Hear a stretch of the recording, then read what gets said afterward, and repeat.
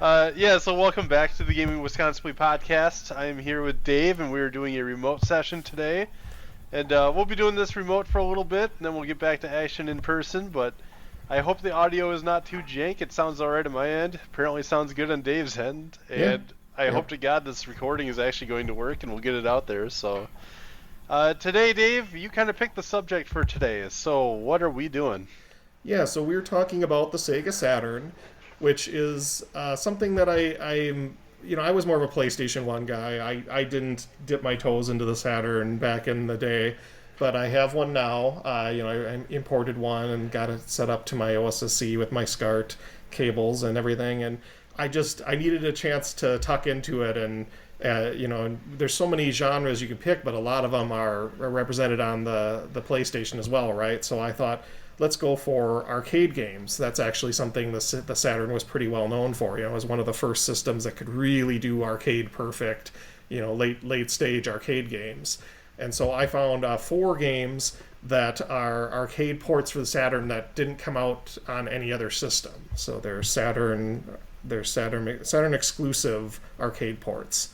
And those are Bubble Symphony, aka Bubble Bobble 2, Die Hard Arcade, Elevator Action 2 or Elevator Action Returns, and Hyperduel. Yeah, so these 4 games, I'm trying to think of which ones I've played in the arcade. Other than Die Hard Arcade, I actually don't think I've played any of these other ones. Yeah, I mean, Hyperduel was not the most memorable game. I'm pretty sure I have played in the arcade, probably not often. Elevator Action Returns, I think I've seen somewhere. Definitely wasn't a common game. Bubble Symphony, that one I remember playing on emulators a lot back in the day. Like, as soon as I found out Bubble Symphony and Bubble Memories existed, I was really, really excited at one point. But those were pretty rare too in the arcade. Yeah, all the Bubble games is kind of meshed together with me, even when they get into Puzzle Bobble. They do. Or Bust a Move, or whatever you want to call that series. Yeah, there's surprisingly more of them in that series than you would think. I kind of can go over it. It's a whole genre of games, but you don't really think of, you think of Bubble Bobble. You don't think of, there's so many. There's Snow Bros, Liquid Kids, Nightmare in the Dark, Joe and Mac Returns, Rodland, Don Doko Don. Like, there's all these games that are basically just Bubble Bobble. My favorite was that Snow Brothers 2 with the really creepy looking avatars. Yeah, so this is pretty interesting, and this is one of the better versions of that genre. But it was such a short-lived thing. But for a while there was a ton of them. Yeah, so is that the one we want to talk about first? A good old Bubble Symphony? Yeah, let's start with that. So again, this is it's Bubble Symphony, aka Bubble Bobble 2. It's not the same as Bubble Bobble Part 2 on the NES and Game Boy. That's a completely separate game. Yeah. But this is a game that came to the arcade first. It was developed on the Saturn by Taito and published by Ving. I think it actually came out in the arcade in 1994 and then was released in Japan only on the Saturn in November of 1997. So it's got Damn, it was that late, huh? Yeah. It was. All right.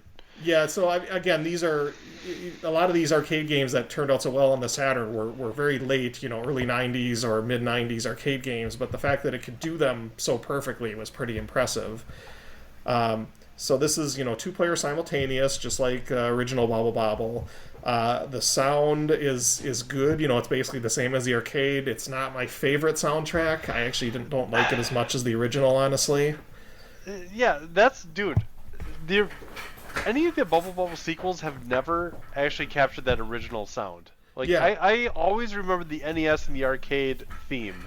Yep. The original Bubble Bobble, and I can never get it out of my mind.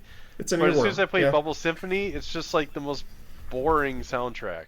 So fortunately, you can switch if you go in and you do A B A B A B C or whatever. It's you can get into this menu and switch to a remix of the classic soundtrack, and then it also changes the background to this standard black background that looks more like the original instead of these fancy new borders that it defaulted to.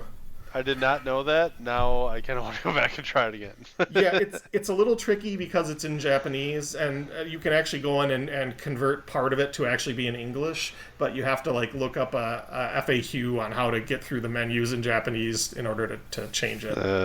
It's a little annoying, but once you do, it's easier.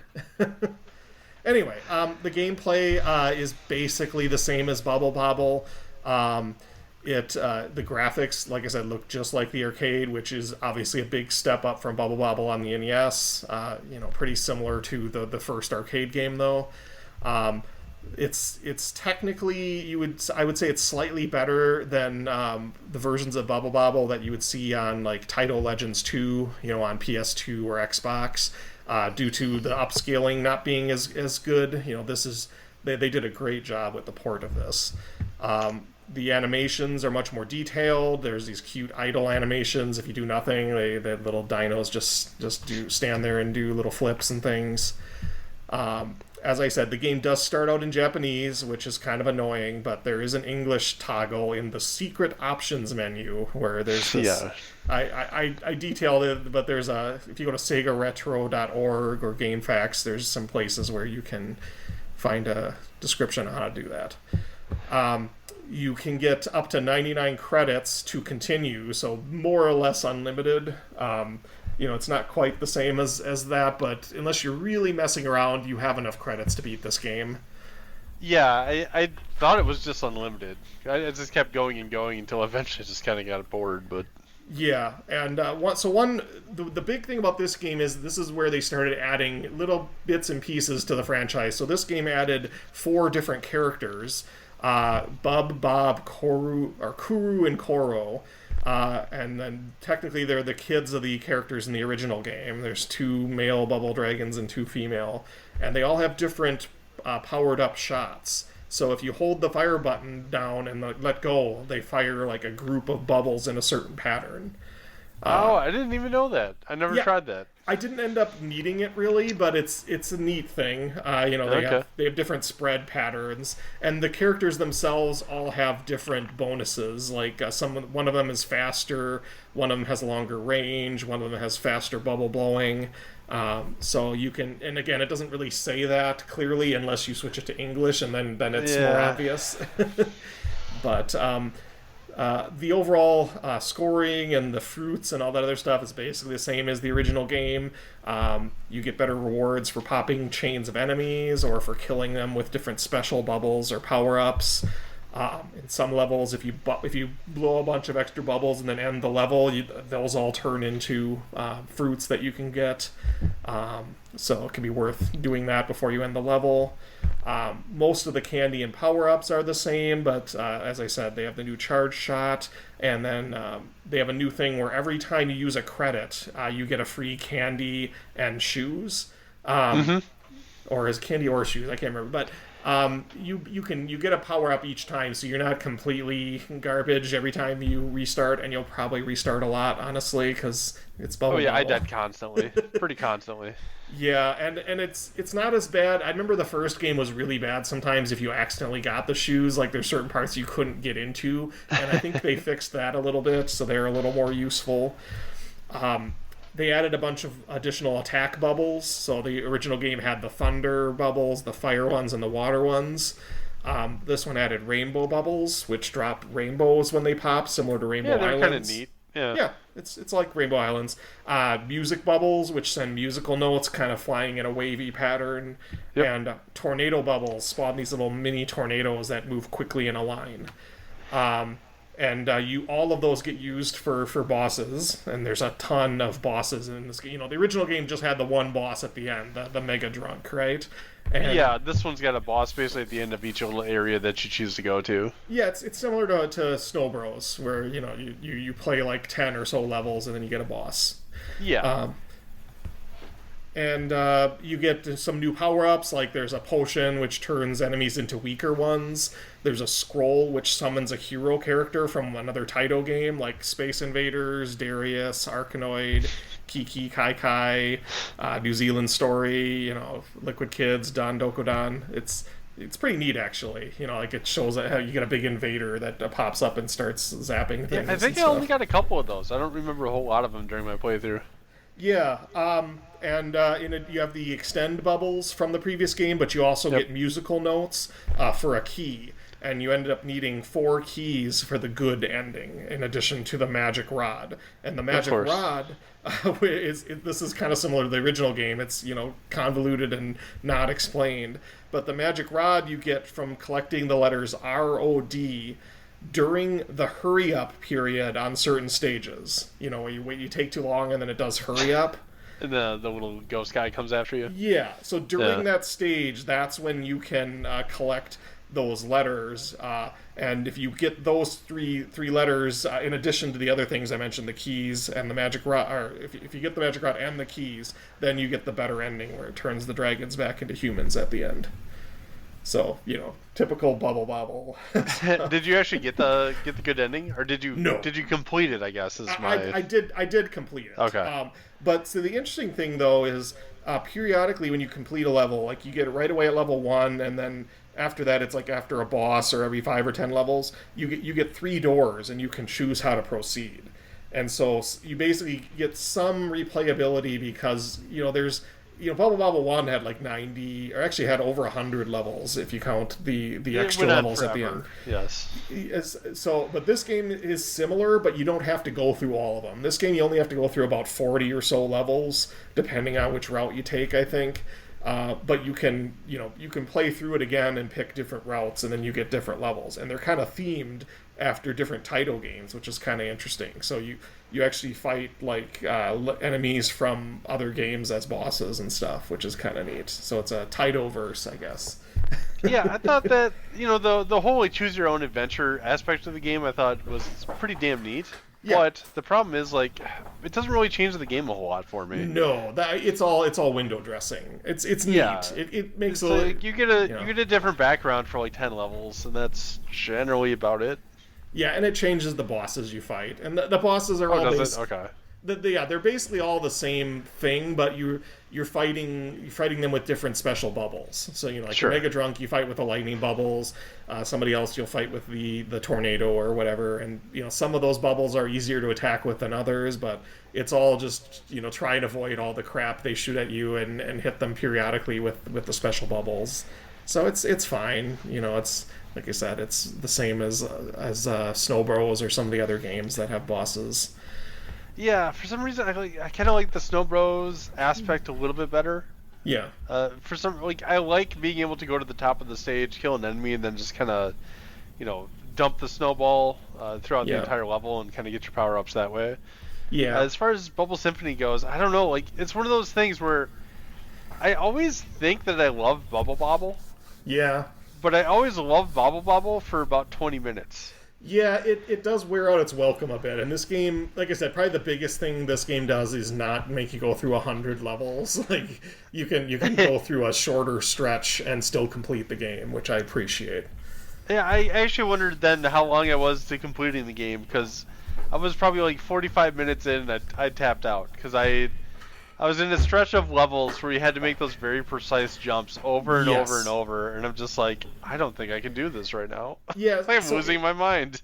That's probably the biggest problem. Most of the game is just you're just jumping around, you're trapping enemies in bubbles, which we should have said if you haven't played Bubble Bobble, and then you're popping them.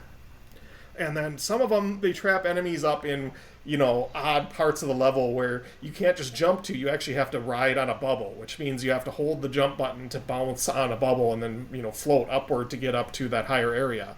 And, original Bubble Bobble was notorious for some of the later levels where you were just dying constantly trying to get up to that area and then jump and hit the enemy with a bubble without getting hit by them yourself because they're in this tiny little area. Yeah, giant pain in the ass. Yeah, so that was probably the worst part of Bubble Bobble. This game has some of that, but it's only like a quarter of the game maybe. It's less of the game overall, I feel like, than it was in original Bubble Bobble. Towards the end it was wearing on me. I just know that for sure.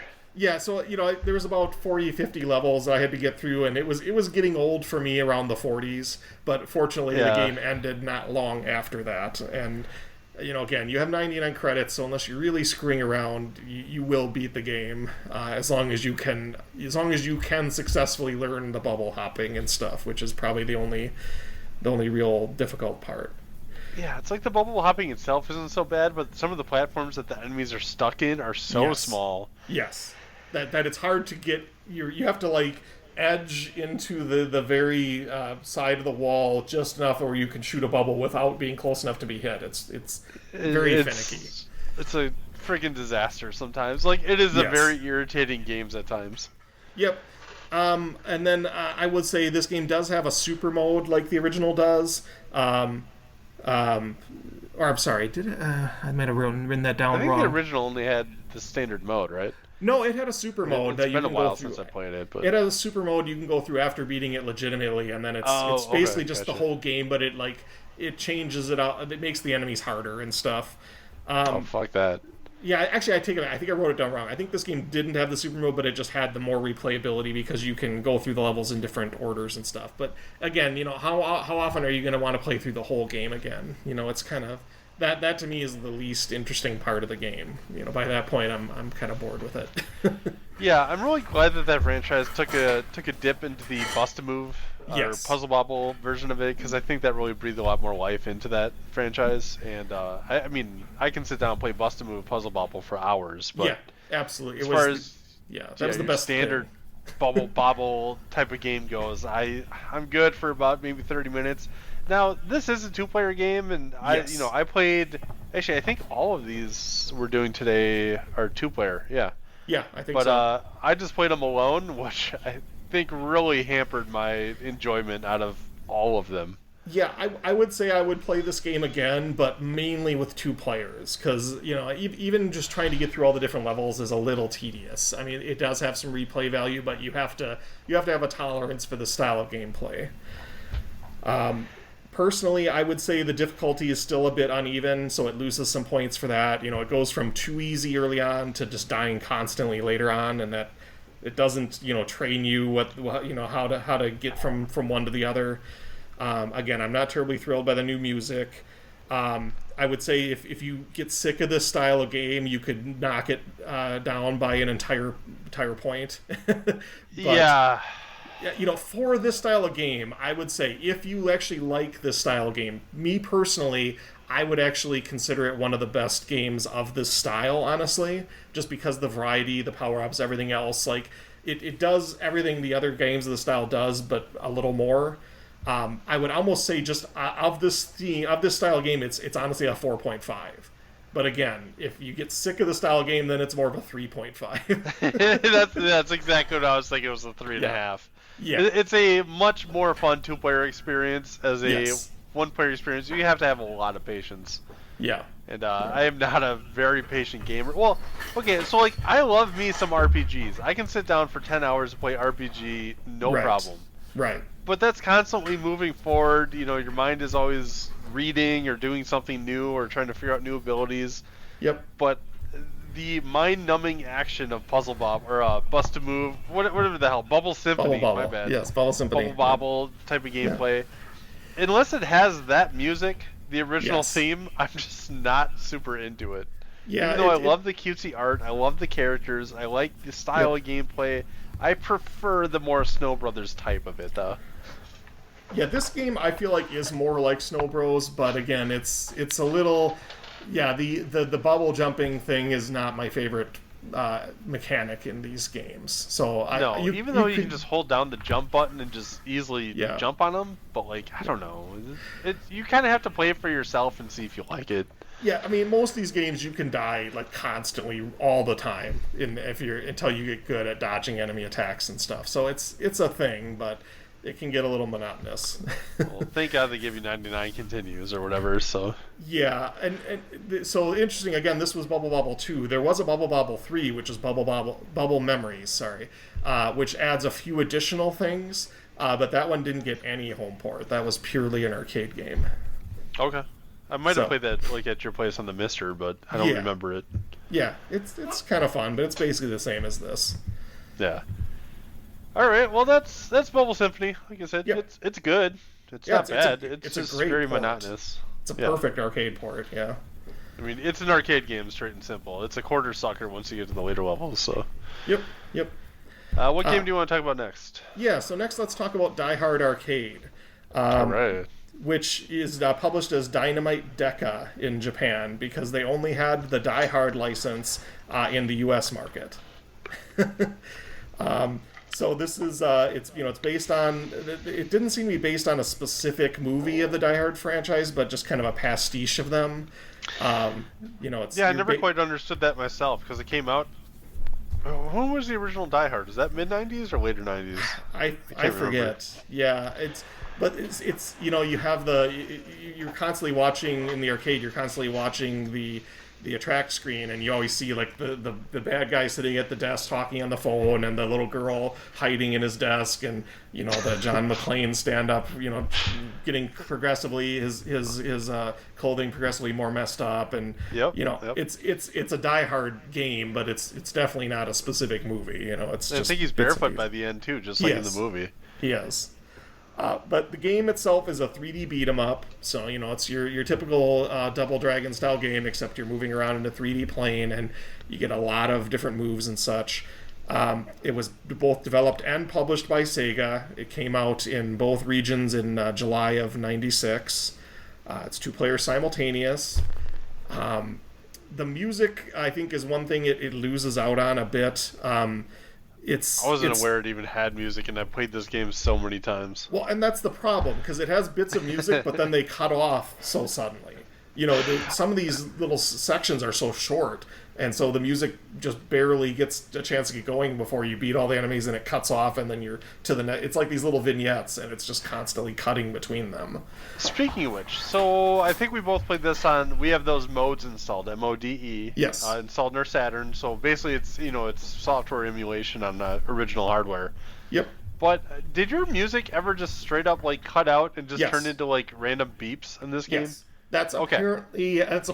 I don't think it has to do with the mode. I think it's. I was looking into it a little bit.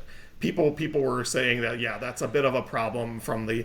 I think that's a translation or a porting problem. I don't think it was that way quite as bad in the arcade. So okay, I figured my mode was just screwing up, and I was like, it's annoying, but then the music will just start 30 seconds later. Yeah, so it's you learn to ignore it.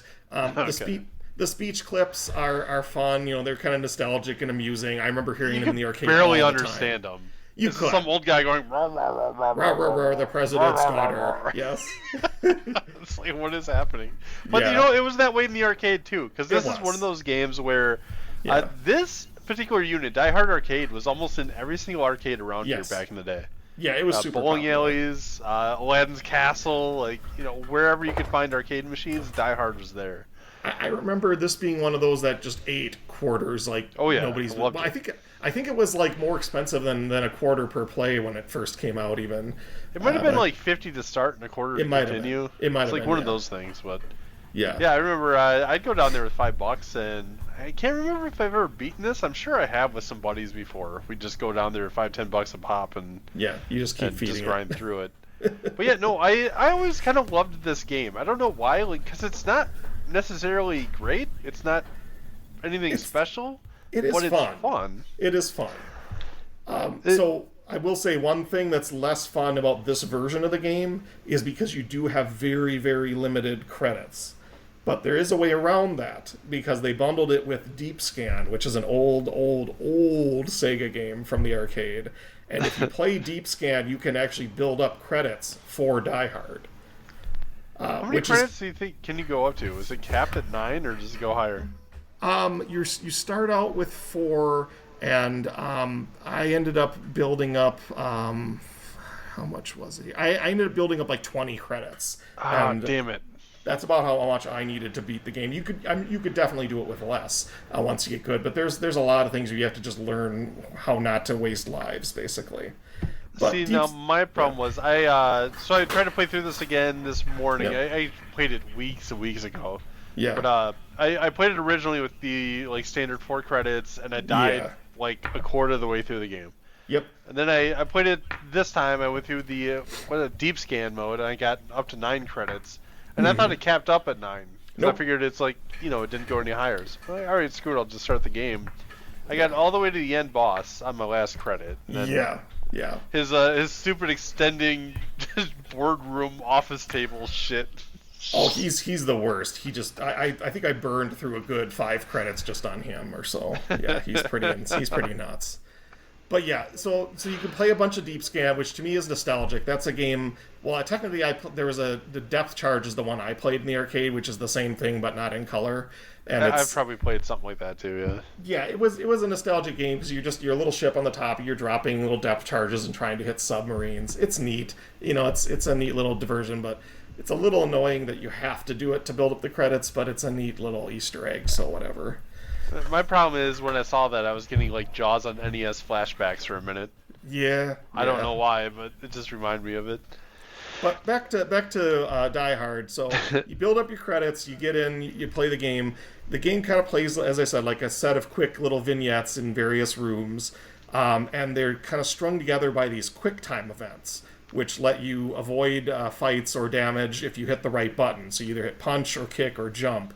Within, it warns you which button to hit, and you have a few seconds to hit it. The problem is it's doing them in Japanese, so you have to kind of learn which kanji stands for Japanese? each option. Yeah. Well, but I'm it sorry. always says like, I'm gonna say mine always said punch, kick, or jump on the bottom of it. Yeah, so there was. I might not have had the mode set on mine. The way I had it set, I had actually like parts of it were English, and then that part of it was Wait, showing were you the playing the kanji. Japanese version of this game, Dave? I was playing a little bit of both, but Okay, I think, there's a standard English release for this game. I know. I was playing both because it interested what me. the hell? So it's one of those things like depending on which version you're playing. I think actually when I was looking up, people were saying I think in some cases it might be easier to get the Japanese version. I can't remember. Do you remember how popular this one was? You tried to collect this. I don't remember you having a ton of Saturn games, but the last time I checked, and this was probably 5-something years ago, this is like an $80 game complete. Yeah. Which probably means it's way more expensive now. I mean, I guess Yeah. I could look. I'm technically at my computer. Yeah, I thought this might have been one of those where it might be easier just to collect the Japanese version. There was a Die Hard trilogy that was always way cheaper, but Die Hard Arcade was always the expensive one. Yeah, I might have been playing the trilogy one. That might have just been the ROM I got, and I think that one might default to the Japanese game. But yeah, this one's doubled since the last time I looked. It's $150 complete, and that's without shipping and shit. So anyway, you can what I was getting at is you can play that Japanese version, and it's basically fully playable except for that one part you have to kind of learn the kanji. But it's not a big deal either way. But if you hit the right button, then you don't take damage, or you don't have to fight a group of enemies. You just skip past that, which is fine. It's a neat little diversion in between levels. It was always great in the arcade because that basically saves you a quarter. Yeah, basically. So it was always nice. Yeah. Otherwise, the transition from room to room is a little jerky. I think even more so than in the arcade. It just kind of ends abruptly and switches to the next thing. Yeah, you got to make sure you get those life power-ups before you kill the last enemy in a particular area. Yeah, you don't have much time. Hopefully don't die while doing it. Yeah, it interrupts the music, the flow of the game just cuts off short and switches to the next thing. Each room has a set number of enemies. Sometimes you get room hazards, like a fire hose spraying at you, or a fountain that kind of sprays in a pattern that you have to avoid. It's the end boss's office chairs and crap flying at you. Yep. The game also has a variety of weapons and first aid kits and things. The weapons, to me, are one of the big selling points of this game. You have, I love it. Yeah. You typically have 1 or 2 handguns on you, and you can carry a whole bunch of backup magazines, which is awesome. Those you can keep from room to room. And of course, when you empty out a handgun, you can throw it at an enemy for a tiny bit of extra damage. Which is kind of dumb, because if you hold the gun, you might be able to find a magazine and then keep using it. But you get guns all the time, so it really doesn't matter. It reminds me of a lot of the original arcade Final Fight, where there's just weapons galore, and it's awesome. And you find a huge variety of melee weapons, steel pipes, fire axes, brooms, and knives, guns, bazookas, machine guns. Yep, you get broken bottles. You get machine guns, you get rocket launchers, you get cannons. those cannons are like there's like a short firing wind up, and then once it launches, it just annihilates anything in that section of the map. They're just really really satisfying. And sometimes you have like big large objects you can throw, like bits of the like vending machines or things like that, or trash cans or whatever. Yeah, basically anything that's not a wall is a breakable object in this game. Yeah, like I think almost everything. I think monitors. Sometimes you can like these big huge monitors you throw that break. Monitors, pieces of robots that you break. Yep. There's some combos, like there's a hairspray item you get, and then there's a lighter item, and if you get both, then you get a little impromptu flamethrower. Yeah, that thing is great. It's so great. Unfortunately, those things you don't get to keep from room to room. The only thing you get to keep is the handguns, and the ammunition. But you just burn through them. You just use them. You don't, you're not going to get able to keep them long. So this is a case where a game does it right. It actually encourages you to use a variety of items, but it gives you so many of them that you don't feel bad about using them. Yeah, whenever you're in melee range of certain enemies, like they just beat the shit out of you. So you do have to use weapons. Well, I mean, if you're good at this game, you can do whatever. But if you're just like a filthy casual, yeah, you get those weapons, you use them. Well, especially against the bosses, because to me, one of the big things in this game is, those shotguns, those machine guns, those cannons. You save those for the big boss types. You have these huge burly enemies that can like suplex you and do all this crazy stuff if you let them, and those you just unload on them with the firearms. Here's a question for you, Dave. Credits. Are those enemies like firemen? Are there just a shit? Is this like an office full of angry firemen? Yeah, it's weird. I think, wasn't there something in one of the movies where there were some bad guys dressed as firemen or whatever? So I think that's what it's supposed to be. I mean, I don't remember. The original, I don't think had any.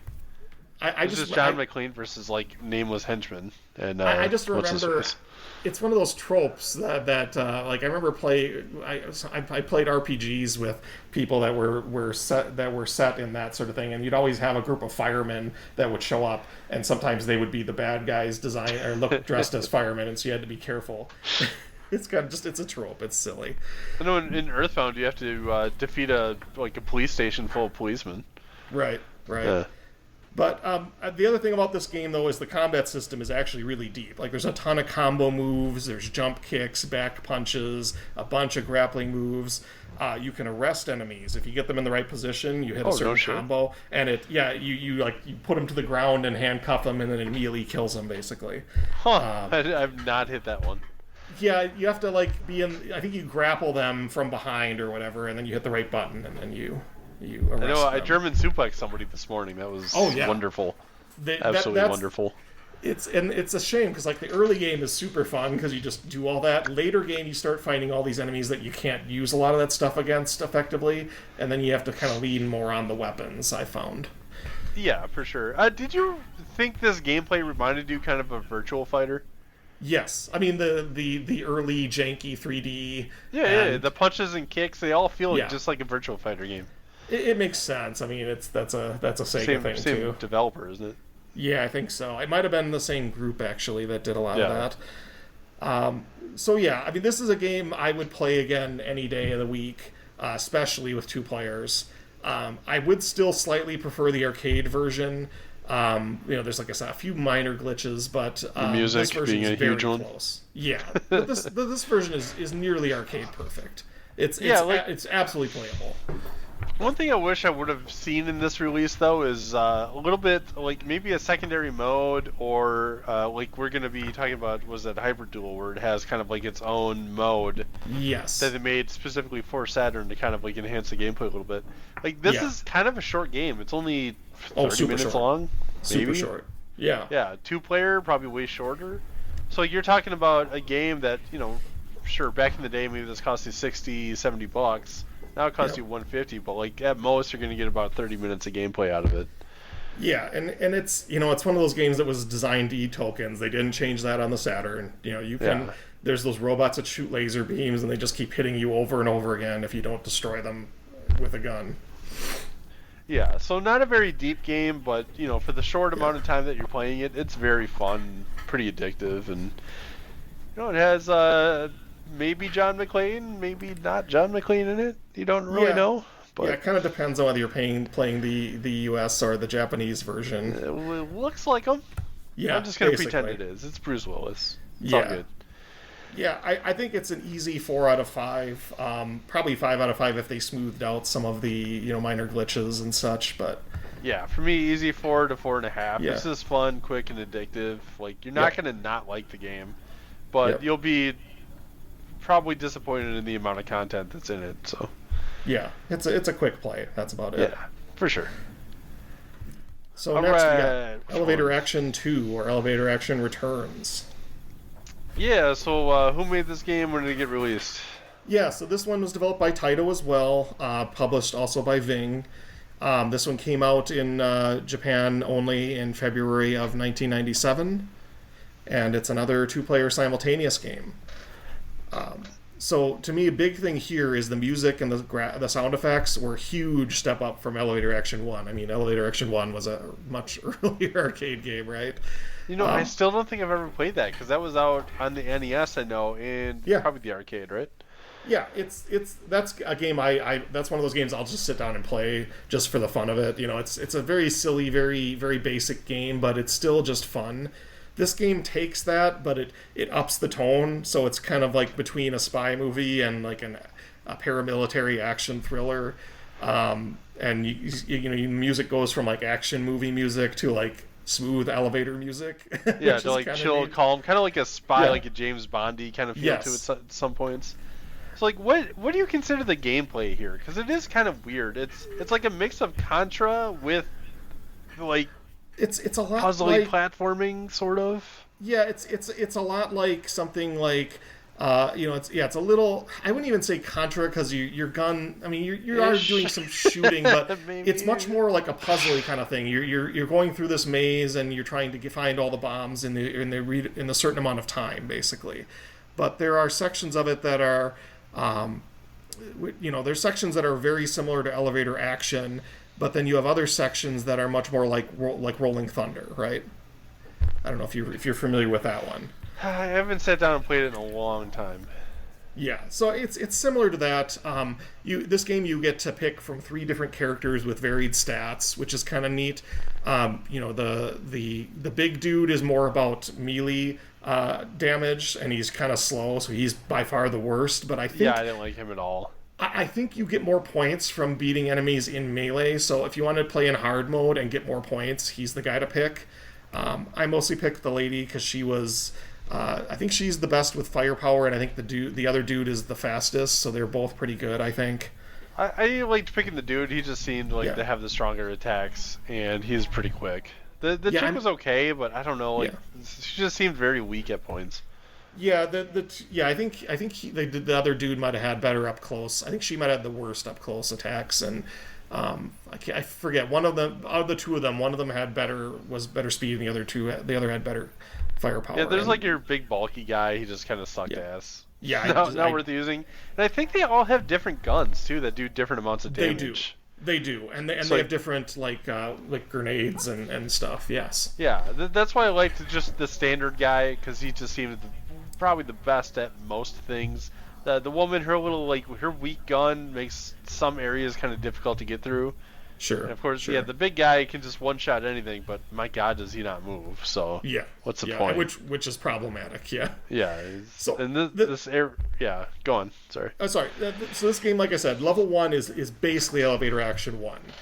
It starts out that way, but then it slowly becomes more complex. Like you start to see different kinds of enemies. You start to see like things that explode and leave fire on the floor, which can damage enemies. You start to see like areas you might have to jump over versus waiting for an elevator. There's one particular door that's difficult to get to. You have to like run and jump over a certain barrier to get to it, I think. And then partway through the level, like the building blows up, or like part of the building blows up, and Yeah, you're it was trying. pretty cool. Yeah, it's cool, and you're not sure if you like screwed up at first. Like so that part of the level. yeah, dude, I felt the same thing. I thought I had Yeah. failed. Yeah, so there are parts in the game where if you take too long to get to the red doors that have the bomb in them, that the bomb will blow up and you can lose that level because of it. But that section always blows up. It's just kind of neat. But for most of the game, yeah, you're just you're taking your time so you don't take too much damage because you have limited life bar. But you also need to get to, and it starts spamming saying, "Hey, hurry up, and you need to get to that door in time, otherwise Even though like it starts spamming you with like a whole minute left, sometimes remaining on those doors. You have a lot of time. Yeah. Do you really need to hurry up? Usually not, but it trips you out a little bit. But again, you have more frequent and varied enemies. You have dogs that run at you, which I think those might have been in the original game, but they're more aggressive here. You have different enemies. Some of them are like zombie-like, where you have to keep killing them multiple times before they finish dying. And some of them have just better hardware. They're guys with shields. They're riot shields and stuff. So you have to go punch them and. Yep. And you can punch them up close, or you can like run and jump at people and like hit them, like clothesline them as you get past. There's all kinds of different guns. There's the red doors that you have to get into to defuse the bombs, and there's the blue doors that generally give you power ups, which are either like life ups or better guns. You can get a machine gun or a rocket launcher. You get grenades. You can save up a bunch of those, and those mostly do like fire bombs on the ground or things like that. So. Yeah, you know what's funny is I didn't realize when I was playing through this, you look in the screen, you're trying to see like, okay, what are all the power-ups I have? You're just trying to figure out this game because it is a Japanese game. Yep. But, I mean, most of the stuff is in English. But, of course, like we don't have manuals when we're playing this unless you look them up. So I just try to do this stuff and just try to figure out as I'm going. And I always saw that B with like 20, underneath my name. I'm just like, what the hell? Do I have bombs? Like the C button doesn't do anything. The shoulders aren't doing anything. Yep. Like, okay, I don't know, maybe we'll figure this out. Like, third level in, I finally just pressed A and B together and tossed a bomb, and it just, like, blew my mind. You can also go into the options, and you can set that to be just the C button. I don't know why that's not the default. Isn't C a jump by default, or is that you can switch them out. By default, it's like A and B, I think, and then C does nothing, and then A and B is the bomb, but you can set it to be C or whatever. Gotcha. So again, the first level is just a repeat of the first game. You're going from the top to the bottom of an apartment building, trying to find these bombs before they go off. And then the second level, defusing them. The second level becomes an airport, and that is, it's instead of being vertical, it's horizontal. You're going through more of a maze. You're entering planes and stuff that's sometimes blow up. It becomes much more complex in a good way. Yeah, there's a lot more jumping over platforms and holes in the wall and that kind of thing.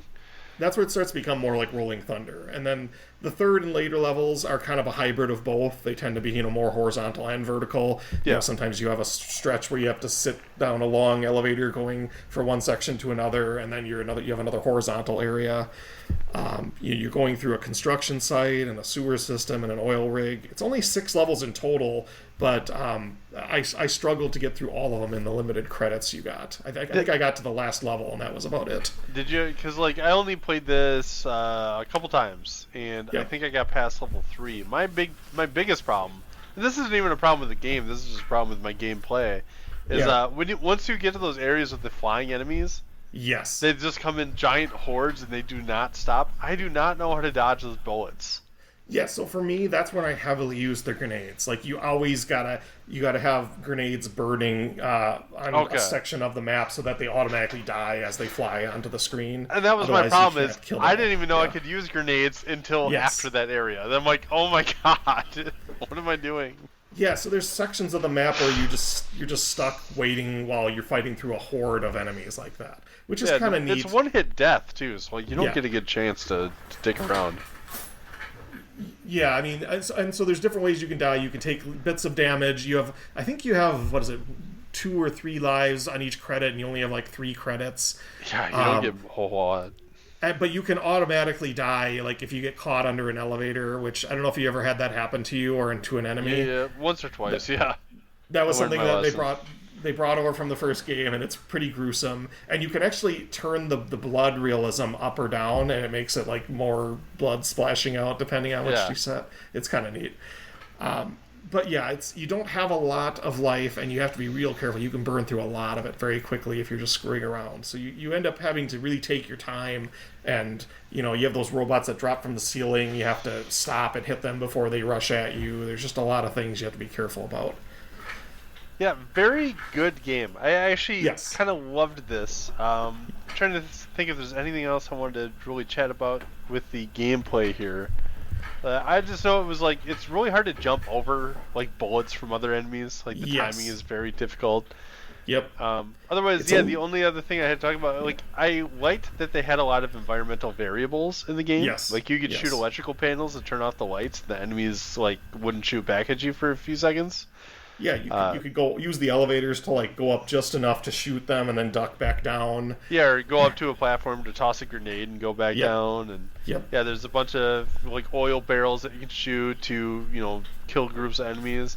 Like, there's a whole bunch of neat things. You just shoot the lights out from an area. Yep. Probably the only thing that annoys me is in some sections you're just standing there waiting for the elevator to come back up. Like when you're That's on the super elevator, annoying, yeah. when you're on the elevator, you can control it directly. But when you're waiting for it, you're just I don't think there's a way to trigger it to immediately come. It just I don't think so either. It goes on its own routine. Yeah, and enemies I think always constantly respawn. I don't think there's really Yep. an end to them in some areas. So Yep. And so sometimes you're not, like I said, you get those enemy rushes. Sometimes you're not sure that. Am I supposed to stand here and keep shooting the enemies, or am I supposed to keep moving? yeah, I had no idea, and I just figured out. Yeah, I guess you're just supposed to sit here and keep shooting them. But man, I lost basically all my credits at those points. Yeah, and there's a few points where I would go to the wrong area of the map and realize, oh, I have to go get that other door first, and so I had to go all the way down to the other part Yeah, of the map. yep. So Total you pain in can, the ass. which is not. I actually like that. It's interesting that they made it, kind of an actiony game, but it also was sort of a slower thinking game too, and it pulls it off pretty well. I think it Yeah. can be frustrating, but in a good way. I think. It's like your second playthrough. It doesn't matter because you know where to Yes. go. But yeah, your first one's kind of you're supposed to lose those quarters on the first playthrough for sure. Yep. Yeah, and so I would definitely play this game again in short sessions. Obviously, I think the 2-player would be really fun. I would love to play a 2-player. It's probably a lot more fun. Probably the biggest thing is how extremely limited the lives and credits are. Like I said, you can't really enjoy the game as much because you're having to be super careful with all your lives. So you have to play kind of near perfectly to get to the later levels, and Yeah, it's a little it's like- too short, repetitive for that. I can never tell if I want like an easy mode in these games where you just get unlimited credits, or if I Yeah. don't and you just have to like be good at the game. I probably prefer the second option. Yeah, it's not a bad thing, but it's maybe a little too much. Like I wouldn't mind a couple more, like 1 or 2 more credits. It would almost be perfect, but Yeah. But otherwise, yeah, I thoroughly enjoyed what I got to play in this game. Like I said, I think I only got to like level 4 probably. But Yeah. a big part of that is that I had no idea that I even had grenades for a while, which is my problem. But It's definitely a game that I got to level 3 when I first started, and then I eventually got to level 4 and then level 5, and you slowly get slightly better, and it's worth replaying until you get there. oh yeah, I'll definitely be playing this one again for sure. So like I don't know, like if I had to pick something for it, I'd probably give it a 4, maybe higher, maybe not. I'd have to I play would give it a 2-player and see. But Yeah, I would give it a 4, but the 2-player might bump it up. I agree. yeah. All right, let's talk about our last Saturn game, and then we got some other things to chat about too. So if you see this thing go on for another hour, and you're like, "How the hell are they covering Hyper Duel for an hour?" Like, there's a reason. So Yeah, so Hyperduel, it's a horizontal shooter developed and published by Technosoft. You may be familiar with Technosoft from like the Thunder Force games, which is interesting because this is technically a standalone game, but it's arguably a spiritual successor to the Thunder Force games. A lot of musical similarities and such. yeah, very cool. It's one of only 2 arcade games that Technosoft made. The other one is Thunder Force 3. Mostly, No shit. they did computer and console games. Huh, I didn't know that.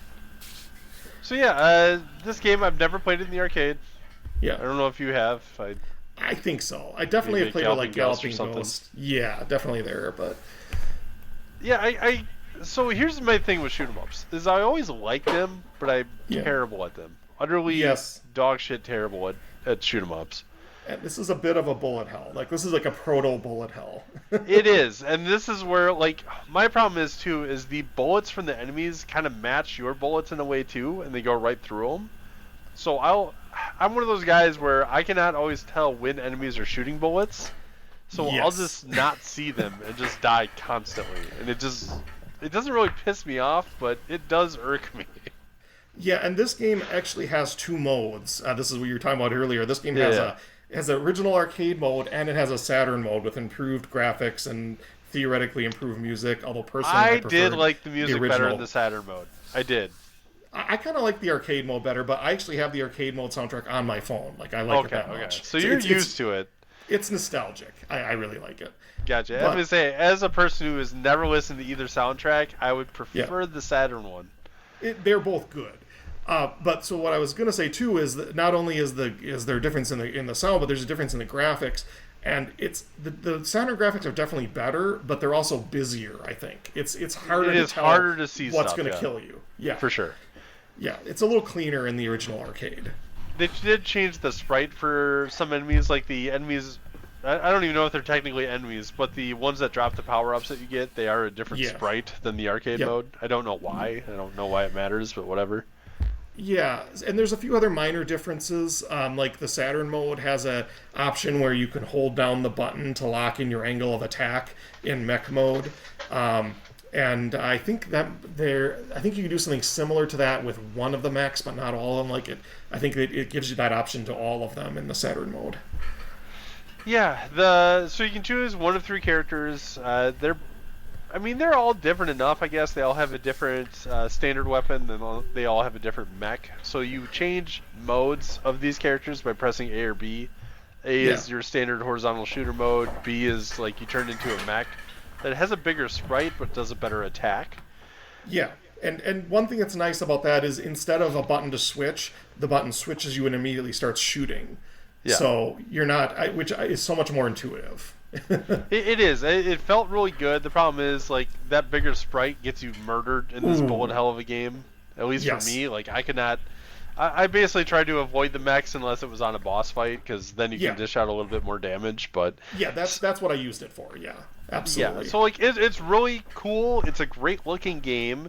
You Yep. get these little like option guys as power ups. They don't really do like your moves, but they do some cool. They just, I don't know, they shoot whatever. One of them like aggressively targets enemies, and the other just kind of follows you and kind of protects you a little. Yeah, so you get that, and then you just have your standard power ups that make your weapons, bigger, better, whatever. They give you these get- they give you these homing missiles, and once you get to Yeah, the level 2 or missiles like 3, you get in Gradius or Life Force, your standard Yep. stuff. Yep. They do have this, and I kind of love this. So instead of using your classical like shoot 'em up bomb that clears the screen, Yes. instead you hold A and B, and it kind of turns like your screen into seizure mode because it shoots like 1,000 Yeah. lasers or projectiles around, which makes it, of course, impossible to see where the enemy bullets are. But it looks awesome, and it does a shit ton of damage. So. Yeah, and it doesn't completely clear the screen, but it's a really good way to clear enemies that are in hard to reach areas quickly before they kill you. Yeah, or hordes of small stuff. It's really Hordes of nice for small that. stuff. Yeah, There's and a it part doesn't. where you get surrounded by enemies, like literally surrounded, and you have like Yeah. 2 seconds to use that before they destroy you. And it doesn't take like any. There's no casting time for it either. It's immediate, Right. and you're Yeah. basically your ship just starts throwing projectiles in every which direction. It looks awesome. It feels awesome, and it doesn't use like a bomb, for example. It just uses part of a bomb meter that fills Yeah. up pretty quick. So. Yeah, and you can get items that give you a chunk of your bomb meter of your meter back, which is Yeah, nice. feels great. And as a person who doesn't like shoot 'em ups, I like Hyperduel. Yeah. I'm terrible at Hyperduel.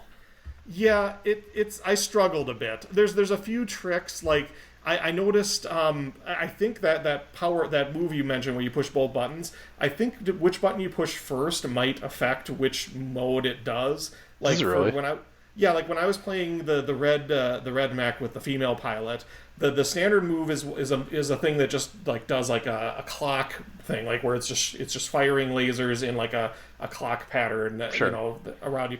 But if you push the mech button first and then you push B and then A, it like does kind of like a double laser in front of you, like a spiral laser in front of you that does a ton more damage. So there's okay. like two different ways to use that depending on which you need more. That I didn't know. That might be interesting to go and try again, I guess. Yeah, and it's a little different between the Saturn and the arcade versions. Like in the one guy, the doctor-looking guy, in the arcade version, I believe he has a close range mech gun, and in the Saturn version, he has a longer range I thought they were gun. both close range. I It think was- both of them are close. Maybe there was some difference. Maybe I'm remembering it wrong, but there was some I mean, slight differences. you'll message in me there. later and tell me I'm wrong, but Uh, I yeah, thought they were pretty much the same. they were pretty similar, but the game is pretty short though. It's 8 levels, but they're all really short. But I think that's almost kind of good because it doesn't. You're not going through a long level before you get to the boss. Like the boss is the standout part of the level. You're just getting through a little bit of nonsense to get to the boss. Yeah, most of the like I said, most of the levels not too bad, but like man, those bosses are a bitch.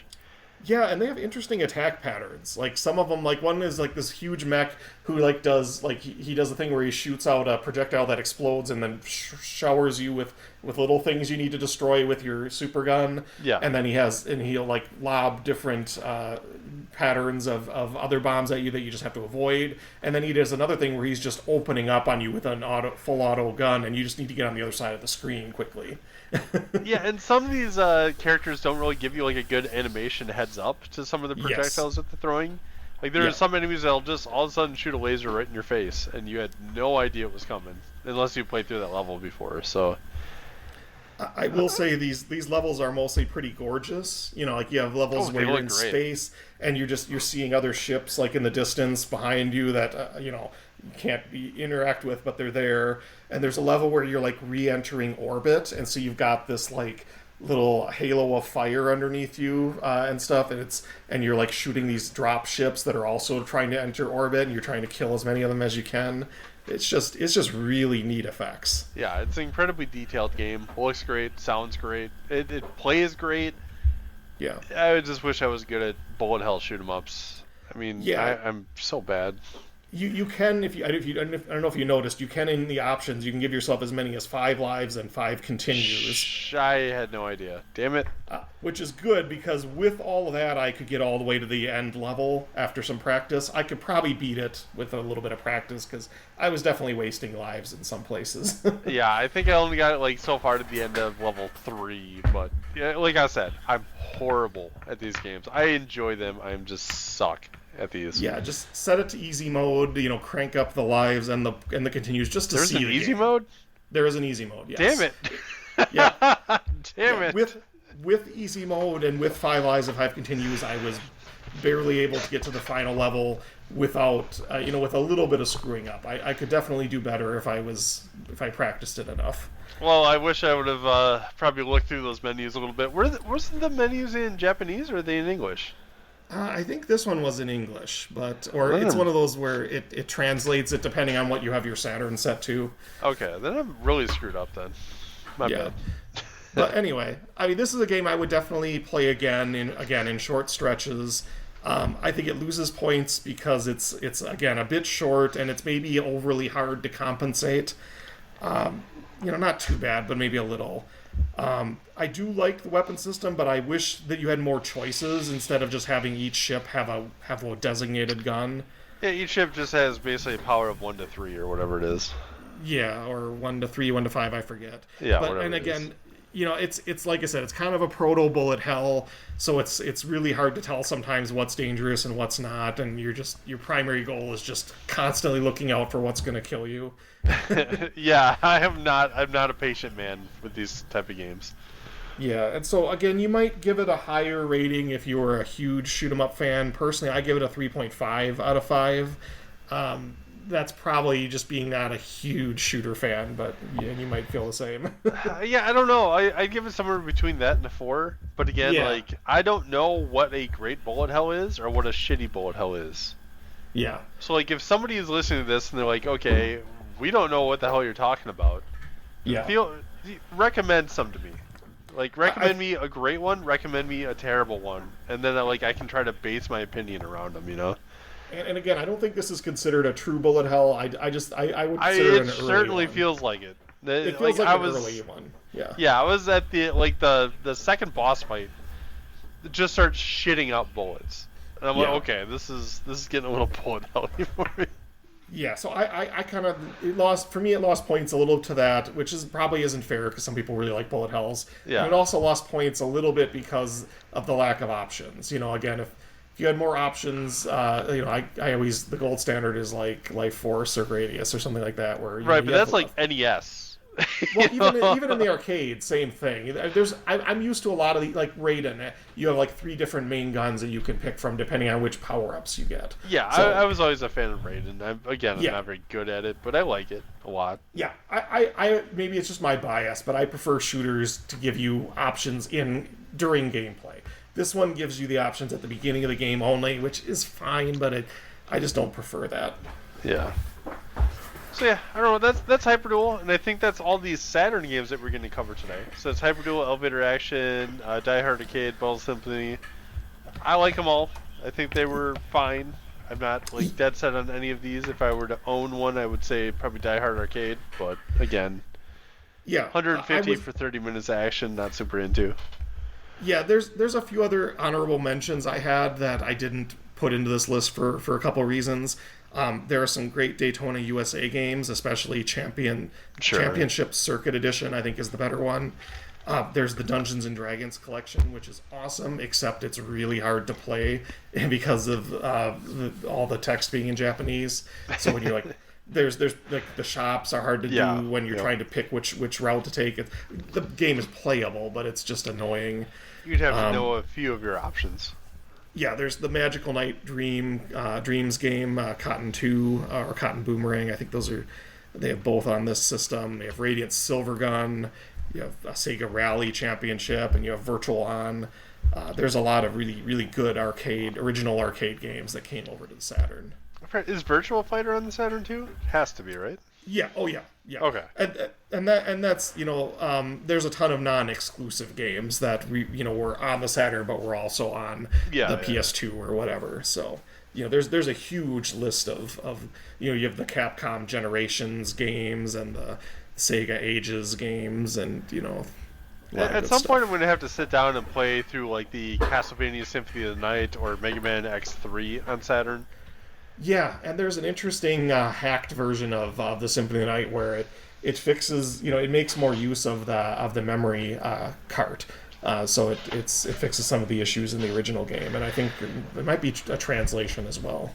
Yeah, because I'm assuming the Saturn, like I've never looked these up, but I imagine the PlayStation is a much stronger system.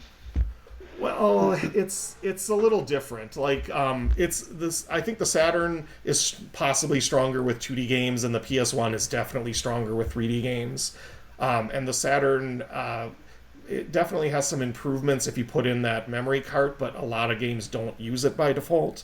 All right. And there's a lot of games that if they're hacked to use that, then the Saturn becomes a much better system. Okay. So. Yeah, maybe this Halloween. We'll get back into some Metroidvanias or something, but and there's some interesting beat 'em ups, like your X-Men and your Street Fighter, and some of those are much better on the Saturn if you get the hack that lets it properly use the memory and so forth. That's sweet. So I have to try those out. I haven't played a whole lot in the modes that we got. How many years ago was that? Like 1 or 2 now? Yeah, it's been a few years, and it's interesting to me because, like I said, I was a huge PS1 guy, and I remember having a lot of these games when I had a PS2 PS1 when it was fairly new, and I loved the X-Men games, the Street Fighter 3, Alpha 3, stuff like that. But some of them were definitely neutered from the arcade because even the PS1 didn't quite have all the power that you would like. Yeah, so. I didn't play a whole lot of PS1. I was mainly like an RPG junkie. And then I played a lot of like 64. I had that pretty much instead of the PS1. So yeah, I got my PS1 pretty late in the game. I had Spice Girls as one of my PS1 games. That thing's a steaming pile of shit. Yeah. But yeah, so obviously we haven't done a podcast in a while, and admittedly I haven't been playing a ton of games because I don't know. I've been busy. You've been very busy, and but I have gotten around to a few that I'd like to mention. Some that I wholeheartedly recommend. One particularly I'd say avoid or skip. But yeah, I don't know. If you don't mind, I'll talk about 1 or 2 of them here. Sounds good. Yeah, so I recently just booted up.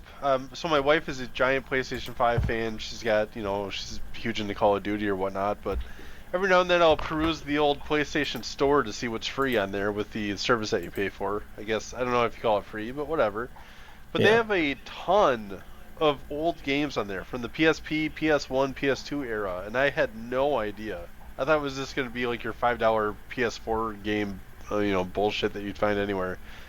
But I was cruising around, and I remember being a huge Star Ocean fan on the PS2, Star Ocean Till the End of Time.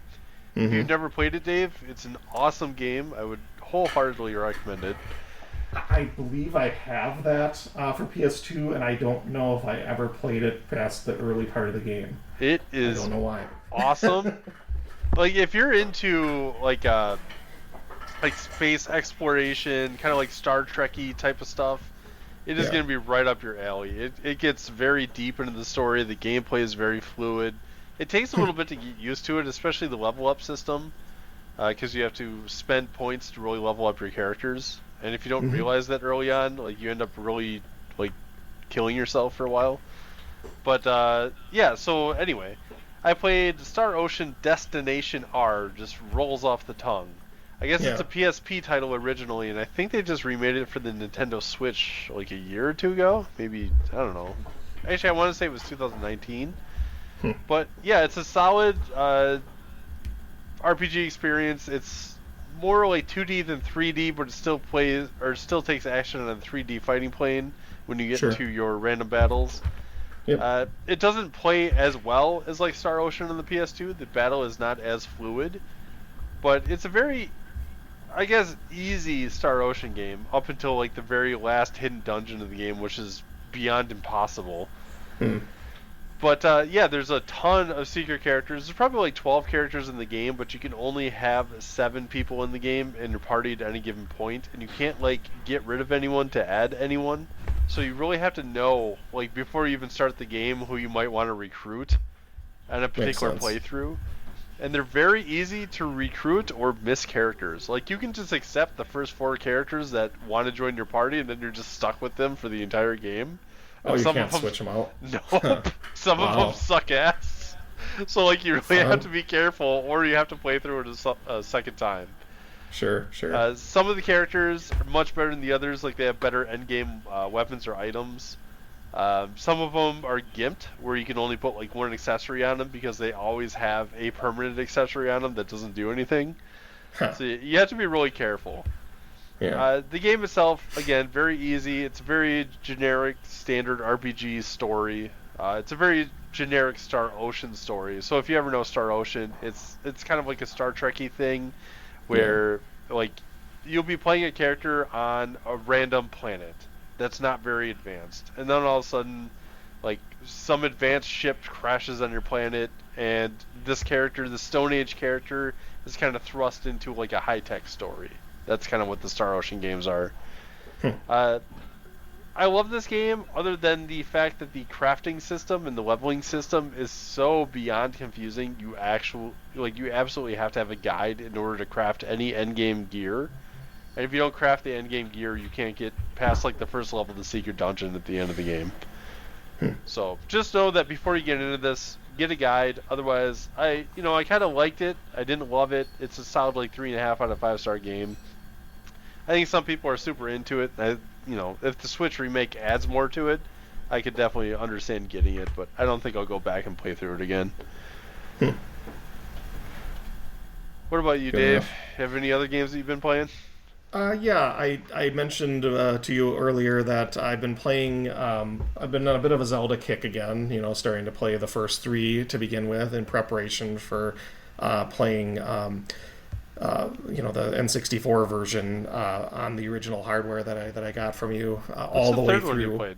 Oh, Link to the Past, right? Link to the Past, yeah. Okay, good. So I wanted to play Link to the Past and then Ocarina, but actually I took a brief switch into the Game Boy games. I had already recently played the Game Boy remake on the Switch, so I was probably going to skip that, but I never really played all the way through Oracle of Ages and Oracle of Seasons, so Same here.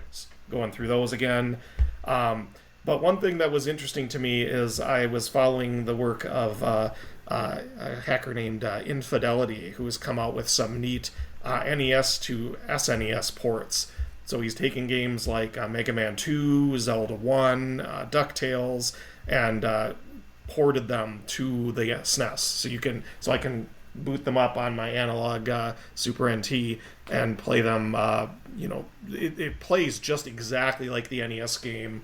I think he had a version with some improved audio, but the default version just sounds exactly like the original, which is interesting because I always thought the SNES audio hardware was different enough from the NES that I wasn't sure if you could mimic the sounds quite exactly. So it's interesting what he's pulled off. So I played through all of Zelda 1 that way, just with that ported version, and I can report it's amazing. I'm not really seeing any. I'm someone that owned Zelda and just absolutely combed through every part of that game. So is it better than the original, or is it basically the exact same port? It's trying to be the exact same. Okay. I think, like I said, I think he was also going to release an alternate version where you can put in better audio if you want, but the default version I think is just making it an exact port of the NES game that plays exactly like it, but just on the SNES. So again, you have a HDMI, Super Nintendo or something, which is a little easier to do nowadays. Yeah. It's a little easier to get just a perfect quality version of that than it might be on the NES. So that's kind of neat. So I've been playing a few. I want to try the Mega Man one and the DuckTales one. I think just came out. Oh, so he's making a whole bunch of them. Yeah, it seems like he's regularly. He also has this hack of Super Mario Brothers 3, and I think this is still on the NES, where he's added stuff like wall jumps and where you push down and stomp the ground, and you can watch the little video where it shows somebody like in the desert stage where he's just like butt bouncing on the blocks and stuff like that. It's pretty neat. He seems to be pretty talented. So I've been watching his stuff. Yeah, very neat. I'll have to try that Super Nintendo one at some point. I sat down with Kyle recently. He's never beaten the original Zelda, so it's always fun, like throwing the controller in his hand, sitting down in a chair right next to him, just kind of being like a guide. Yeah. They're like, hey, blow up this wall, just see what happens. It always, there's so many neat things in that game, like where you can. One of my favorite things is to avoid using keys where at all possible. Oh yeah, definitely. And not even buying keys, but just using bombs. You can end up with like a dozen or so keys by level 8 by the time you get the magic key, and you never need to worry about keys after a certain point. It's kind of fun. Yeah. I'm always one of those suckers for trying to grind that 250 gold right away in the game to get the blue tunic or whatever. Yeah, and I like to get the magic sword or the white sword and the magic sword as early as possible if I'm getting all those hearts out in the overworld. It's neat to fight through some of those levels that you wouldn't normally with the magic sword. Just being able to like two-shot the first dragon instead of beating on it for a minute. Yeah, it's kind of fun. I always like to find all the ridiculous number of door repair charges and other things that were in that game. And it's funny where all that stuff is sometimes, but it's funny to me how much of the first quest stuff is just permanently stuck in my brain, and the second quest stuff, almost none of it. Like I almost don't remember anything about the second quest. Yeah, I've never beaten the second quest. I gave it my best shot as a kid after beating the first quest. And, without a Nintendo Power or with any guide instructing me on where the hell to find the dungeons, it's very hard. Yeah, I think I had, I had Nintendo Power type stuff for some of that, but for the second quest, I might have just beat my head against the wall until I got through it, because I had nothing else to do when I was a kid. Yeah, I just hated that some of the rooms aren't even on the dungeon maps that you get, so it's very difficult to try to figure out where to bomb or... Oh yeah, a lot of them where you just have to push against the wall to go through it, and it doesn't teach you really that's a thing. You just have to kind of figure it out. Yeah, I eventually gave up. I think around like dungeon 5 or 6 in the second quest. I've never gone back. Yeah, it's pretty rough. Someday. It's pretty rough.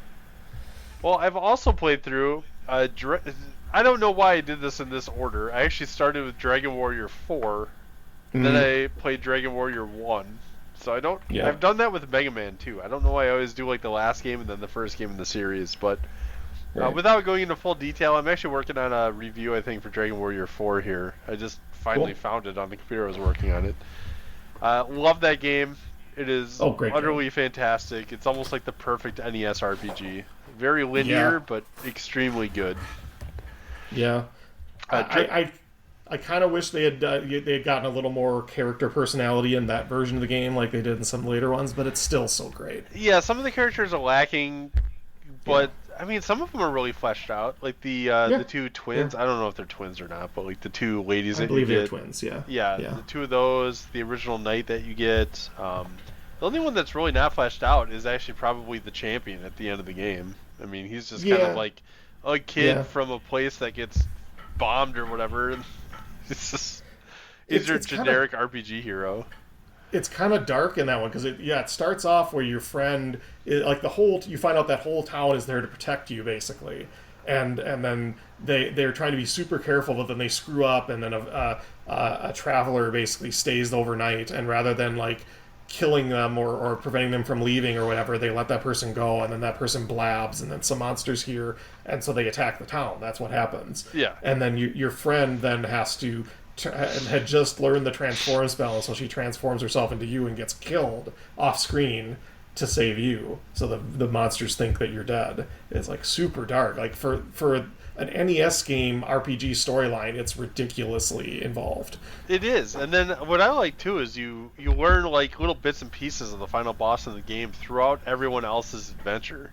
So Yes. like Yes. each character in the game has their own chapters that you have to play through, Yep. and you don't have a full party really until I would say the very end of the game, but really it's like the very end of the game is the last 50% of the game. Like it's very It's huge. robust once you get there. And it becomes much more open world. Do what you want in what order at that point. Kind of like Final Fantasy turns into that at some point on the original NES. Yeah. But Yeah. yeah, Except that this one's much longer. Yeah. it's much longer. The only problems I have with it though are some of the characters are kind of worthless at the end of the game, especially the NES version. Well, there's some neat things. Like you have that one guy who's like a bard, kind of, who you actually have him as your party and you can fight with him. And I think technically you can keep him till the end. Actually, no, maybe you need to. I think you need to get rid of him in order to get one of the items. But there's certain characters that you can either get or not get, like the little dragon guy. And depending on what you do, you don't necessarily have to get all of them. I don't think. Yeah, I don't know, but I just remember. So this is the game where, like, you kind of lose. It's been a while since I played this, but you lose control of your party really towards the end of the game. Yeah, You you no have the longer tactics. select their. Yes. Yeah, you can't any longer select their attack abilities. So That some I of the didn't mages, for example, get extremely worthless towards the Yeah, end of the game. Christo. Christo just sits there doing beat and defeat all the time, which are the worst spells in that game. Yeah, so like really like towards the very end of the game, you switch your entire party to just physical attackers because they're the only ones Yep. that really have almost guaranteed damage. Sometimes the thief guy, or not the thief, is he a thief? What is he? You He's mean like a Tulum? vendor guy. Oh, the merchant? Yeah, the Tulum merchant the guy. merchant. Yeah. Yeah, he is like 70% he will attack and he's got a good attack, or he'll do Yeah. jack shit. Well, sometimes he'll do random crits and stuff too, but yeah. Sometimes, but sometimes he doesn't Yeah. do anything. So it's like you, Yep. the knight, the one girl that can Elena. double attack with the earrings, who does high Yep. crit damage, and Yep, then she's badass. yeah, your last character is really whoever. I just always had as the merchant because he's the only one that does possible damage, or you can do Crisco, which can heal, but I again, usually would get Nera instead because she has that barrier spell. If she can be bothered to use it, will protect you all from a certain amount of damage. exactly. Or is she the one that always tries to cast death on enemies and never works? No, that's Christo. Christo's the one that uses beat and defeat, which are the instant death spells, which he'll use them on bosses that are immune to it. Whereas So annoying. Nera, one of the two twins, doesn't have those spells, and so at least you can set her to like conserve MP, and then just crank it back up to use full MP when you need her to heal somebody. So at least she'll successfully heal people for the most part, whereas Crystal will burn all his magic, wasting his magic on beat spells. Yeah, I can tell you at some point I gave up on trying to even use magic in that game, and I just went with 4 attackers and said, fuck it. That's the think easiest way to do it. The offensive mages are okay. The elemental mages, like I liked Bray, like he had some cool frost spells, and Mara had some pretty good, fire and bang spells. They at least don't have a ton of useless spells, so you can usually rely on them to do some damage. Yeah, you can, but I don't. Yeah. For the end boss, I just found them all to be completely worthless. Yeah, they do take damage worse than the heavy fighters, so there's Yeah. that. But I do like how the end boss you have that wagon, so you can kind of switch people in and out. Like you can have your whole party get wiped out, but then you have 4 more people in the wagon that hop into the fight. Yeah, for sure. And Yeah. you also have that Thordane spell. Did you ever use Thordane in that? What does that do again? So Thordane is the best attack spell in the game. It's a lightning spell that the hero uses, but it requires all your party members to have MP because they all contribute to it. Oh no, So I it don't does think a I've ever used it. ton of it does a ton of damage, but you have to have 3 other people that have MP in your party at that time to use it. So Okay, I would use that early in the fight and just burn through it and then switch to other people. Well, Sometimes. I want to say that's why I never used it because I never had people Yeah. with MP in my party. So Yeah. why bother? But again, that was one of the neat things. Like you had some interesting. You didn't have to use it, but it was interesting. You know, you have a lot of interesting options in that game. Oh, there's plenty of interesting things in that game, but yeah, like some of it I think got hashed out in the remakes of that version.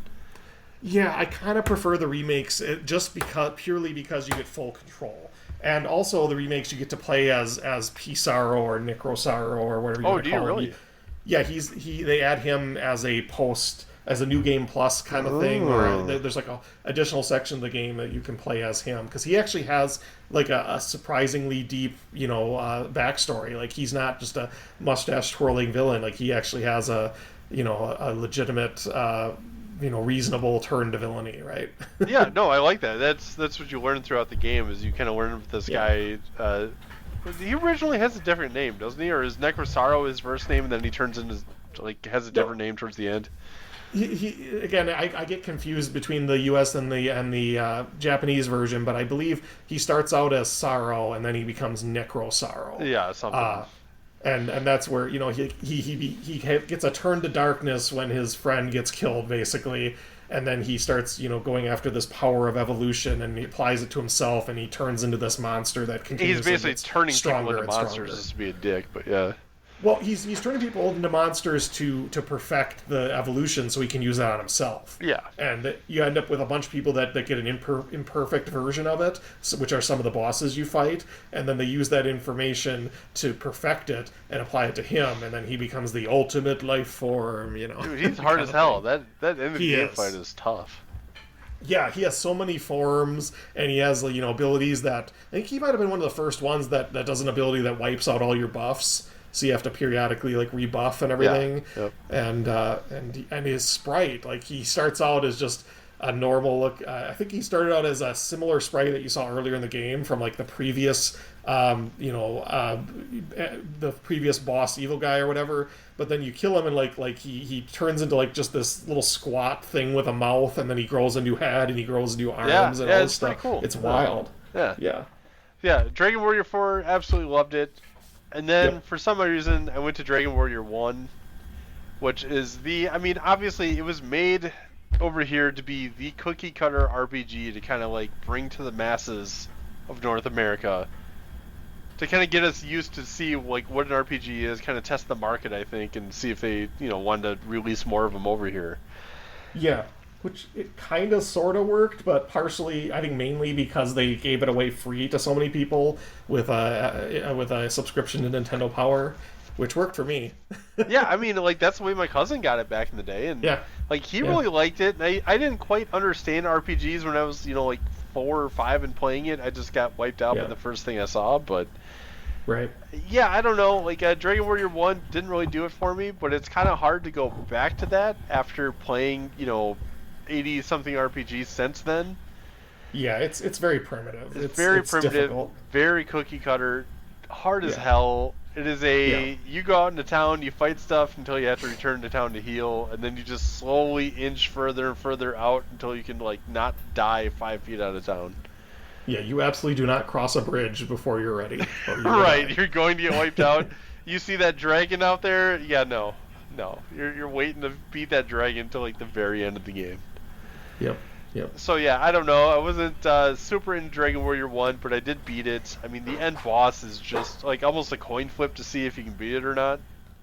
Yeah, you either out level him or you get lucky. Yeah, and leveling takes so long towards the end of the game.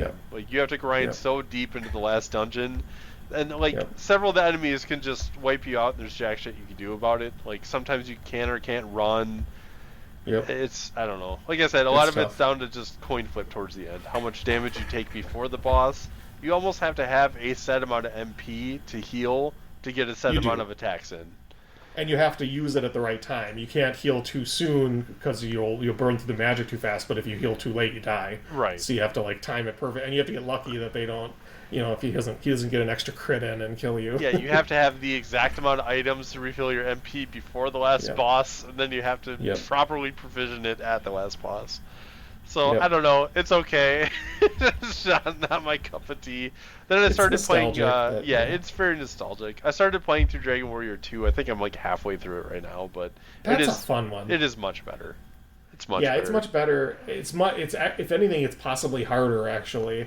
Because there's like a whole section at the end where you have to like do a kind of a boss rush before the final boss, which is pretty wild. And it's another one of those where if you're not tough enough, you will figure it out, and then you have to go back and grind until you're tough enough. Yeah, I have not gotten there yet. It's one of those things where I was not using a guide whatsoever, and at some point I got kind of stuck, and I have to go back with a guide now and try to figure out where the hell I was. One of those deals. Yeah. But otherwise, I got one more. I don't know if you played anything else, Dave. That's most. I've been wasting a little bit of time on some classic WoW, some Turtle WoW, stuff like that. Yeah, that's like me in League of Legends, where it always draws me back in. Even when I want to quit, it's always just there staring at me. Yep, it's a good way to kill time. Stupid game. But yeah, the last one I wanted to talk about is a weird title, Mercenaries Blaze: Dawn of the Twin Dragon on Nintendo Switch. Have you ever played Final Fantasy Tactics, Dave? A bit, not as much as I should have one of these days. Okay, yeah, it's one of those series where you can sink 200 hours into it and still not have everything. So me being a huge Final Fantasy Tactics fan, I went and I bought this Mercenaries game because it's a Final Fantasy Tactics clone. Right. My only problem with it is it's very short. It's very easy. Like you don't really have to use much for tactics.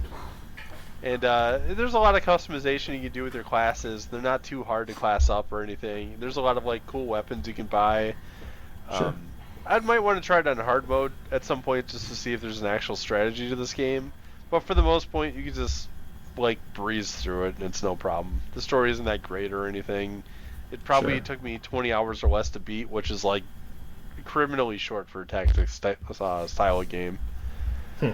But yeah, that's about it I've had, I think, for games I've actually played through since the last time we talked.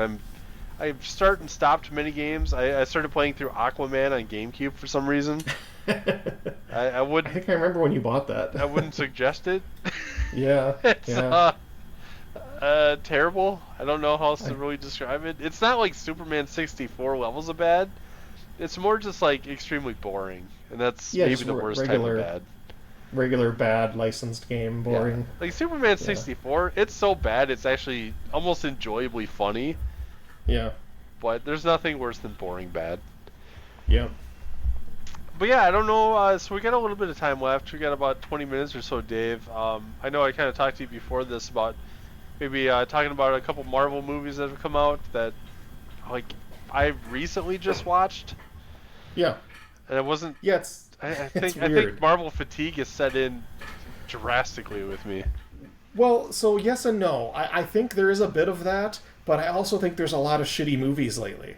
Yeah, like they're losing quality. Like I have seen the latest Guardians of the Galaxy. Was that 3 that came out? 3, yes. That's the last one I've seen in theaters for Marvel movies, probably within the last year since like Eternals, whenever the hell that was. Loved it. I thought it was great. Yeah, Guardians 3 was good. Very fun movie. I didn't like it as much as 1 and 2. Like 1 and 2 are some of my favorite movies ever.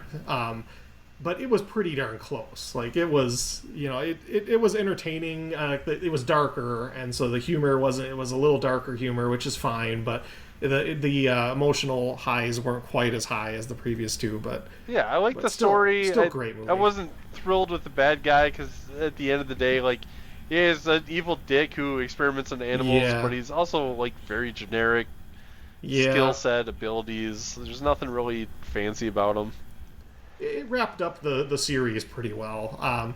Like I said, I was a tiny bit disappointed, but not really. I mean, for a Guardians of the Galaxy movie, whoever expected anything from Guardians of the Galaxy, and they to come up with 2 amazing movies and 1 pretty good movie it's probably my favorite franchise in the Marvel universe right now. Like, and I don't know if they're really expanding much more on it, but as far as the characters go, they're always very well written. You know, Yeah. there's humor in there that's not like horrible. Yeah. The It's usually CG's character-based good. humor. It's Yeah. it's not just mean humor. It's this is funny because Mantis is just losing her mind and getting snarky, kind Yeah, of I humor. love like Dave Bautista's very like Oh, he's stone-faced great. like lame humor in it. He's Yes. fantastic. Like all the characters riff off each other very well. I will say number three, criminal use of Nathan Fillion. It kind of seems like Who's that again? Nathan Fillion, Oh, who was Firefly guy? Firefly guy. Yeah, Yes, yeah, yeah. you know how good he was. Part of it is he's just older, and maybe it just maybe the years haven't been as kind to him, unfortunately. But I think mostly they just didn't give him a good part because he clearly. I'm sure he could still be making the movie a lot more entertaining, but he was just kind of a stock bad guy, sort of. Yeah. They didn't give him a lot to do, I don't think. I thought he was pretty funny. It's just I don't know. Like It's I alright, loved that. but- I loved that little like weird biological universe planet thing that they were on. That was pretty Yeah. good. I liked it. It was interesting. I just like It I was said, different. his part wasn't as funny to me as I thought it could have been.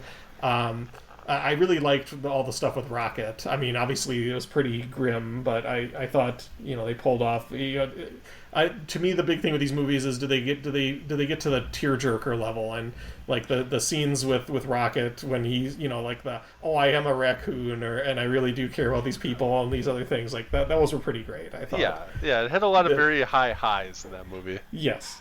Yeah. And, It wasn't quite I'm Mary Poppins, y'all, but it was pretty close. Yeah, I don't. I wholeheartedly recommend that for sure. Yeah. Guardians of the Galaxy 3. If you haven't seen it, see it. It's Yeah. probably the best Marvel movie that's come out since Endgame. I don't know. Has there been anything else that's been good since Endgame? Maybe a Well, and Spider-Man movie, but That's the thing. Like, not even just Marvel, but just hero movies in general. I've been, I haven't watched The Flash. I haven't watched Shazam 2. Like, I so haven't many of seen these, either one of those either. so many of I these, don't care. you can just tell that they're not going to be good. I mean, a lot of them I've gone through. A lot of these movies I've gone through and watched later, and like, okay, well, that wasn't as bad as I thought. Like, Quantumania. Yeah, that was Ant-Man, maybe what we were Quantumania. going to talk about. I thought that was going to be absolutely abysmal. It was mediocre. It wasn't actually as bad as I thought, but it wasn't good. I didn't kind of really- hated it. I kind of hated Yeah, it. I didn't really like King as a villain.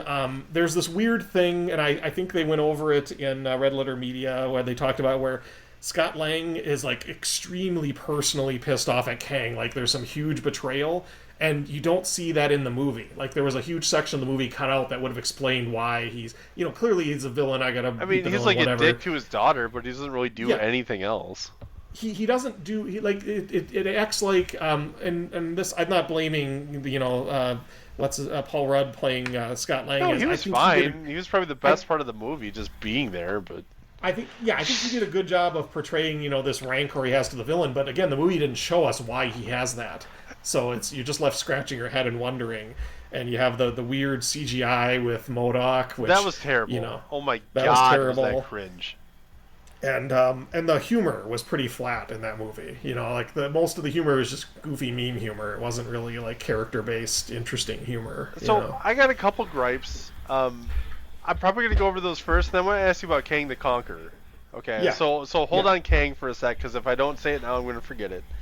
My Yeah. biggest gripes with superhero movies right now, Dave. Yeah. Mm-hmm. Number one, I utterly hate when like the young kid of somebody is randomly like a rocket scientist, super Yeah. molecular biological Yeah. engineer, like MIT grad. Like, no, this kid sits on TikTok all day and doesn't know shit. Okay, Right, she didn't right. design something to go into quantum physics realm. I'm like, dude, okay. Yeah. Let's just Yeah. say that maybe that's a comic thing. It could be, whatever. A little Like, bit. I can little bit. ignore that. I don't like it. It's a gripe. It pisses me off. Whatever. Not a big Yeah. deal. The biggest deal I have, and I don't know if anyone else notices this, but I've noticed it recently with Wakanda Forever and Quantumania, Yeah. a little bit with the like latest Spider-Man movies. If Yeah. you've never noticed this, Dave, just say so. If you have Yeah. noticed it, it's gonna piss you off even more. Okay. when people are in battle, let's say when Ant-Man's in battle, and there's Mm-hmm. lasers, bullets, shit flying everywhere, but he Mm-hmm. has to talk to somebody close to him. The Mm-hmm. face mask always comes completely off so you can see his Oh yeah. face. Oh And yeah. then the other Absolutely. person's face mask comes completely off so you can see their like I want one of these days for like somebody to catch a laser Mm-hmm. to the eyeball when they do that. It Oh pisses yeah. me off. I know why they do that because yeah, they want the actor to be able to emote more and blah blah blah. But yeah, I agree. They have the helmets for a reason, guys, and they're in the middle of a It's fight. Yeah. so distracting. If I was in war and I had a Mm-hmm. helmet on and I'm like, I gotta take this off to talk to Jim over here for a second, like dude, come There, on. there was there was a little nitpick we had for that in Guardians 3 where Star Lord there's a section at the end, remember, where he has to make that jump off the ship and he's Yeah. like he's dying in the void of space and it's like your dad just died that way in the previous movie. Wouldn't you have dozens of those suits as backup to prevent that from happening again? Why do you suddenly not have one of those suits you can pop on again? I didn't get that. I don't That know, was a like minor glitch, but yeah, next that was time weird. there's a superhero movie where somebody actually talks in their mask, I'm just gonna stand up and Yes. cheer. In the theater, I don't care. I'm just gonna be happy. Yeah, I do. I figured that whole thing was they didn't want to show Star Lord in his mask anymore. But it's like, why wouldn't you have your mask Yeah, or your like, I helmet? don't need to see his face, dude. I want like Yeah. I want to have a. I know it's a superhero movie. It's not supposed to be believable, but like, Yeah. don't make it silly. Yeah, Like I don't need to see Paul Rudd talking with his daughter every 5 seconds when they take off their mask, like mid battle when Kang's like throwing planets and shit. Like, dude, come on. the helmet is fine. Yeah, I'm, The I'm helmet's perfectly okay okay. seeing the character in the helmet. Just point your yes. head towards the camera if you want. Make the mouth move a little bit. Or make it a mask with Not the that hard. mouth is Right. visible. Whatever. Who cares? Anyway, that's my biggest nitpick about it. Otherwise, like as far as Quantumanium goes, like okay, Kang the Conqueror didn't do a whole lot. Why is he like destroying universes with what little powers it seems he has? Explain this to me, Dave.